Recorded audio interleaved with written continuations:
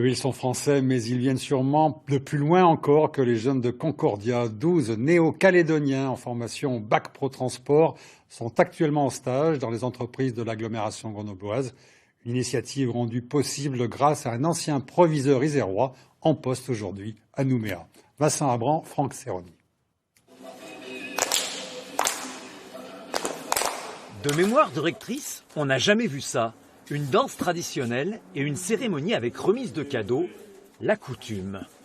Ça, c'est notre signe de respect envers vous, la rectrice, et tous les gens qui nous ont accueillis ici.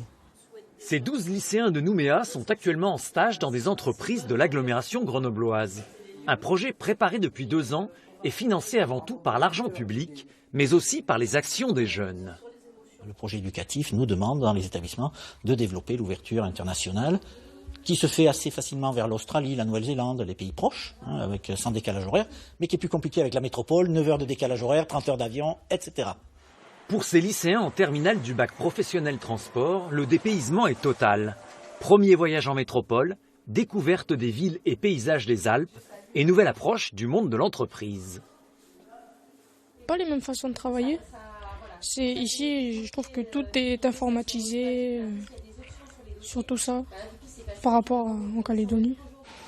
Ici, ce qui m'a marqué, c'est déjà qu'on est entouré de montagnes. C'est un très beau paysage, ainsi que la mentalité ici, c'est pas la même qu'en Nouvelle-Calédonie. Parce que c'est un peu mélangé ici, les ethnies. Ils viennent un peu de partout. Au-delà de l'expérience professionnelle, ce voyage est un moment de partage et d'ouverture culturelle. Pour les jeunes, il s'agit de mieux appréhender la métropole et en même temps d'être les ambassadeurs de la Nouvelle-Calédonie. Ils sont toujours volontaires, très polis et on sent qu'il n'y a pas la même culture, l'éducation est différente, donc c'est intéressant. Et on les sent vraiment émerveillés de venir faire un stage, ils sont vraiment volontaires. Comme ici à la Bastille de Grenoble, Joris, Christiane, Patrick et les autres vivent une expérience unique. Ils ont touché de la neige pour la première fois, visité Lyon et Annecy ou encore randonné en Chartreuse. Il leur reste encore 10 jours pour faire le plein de souvenirs.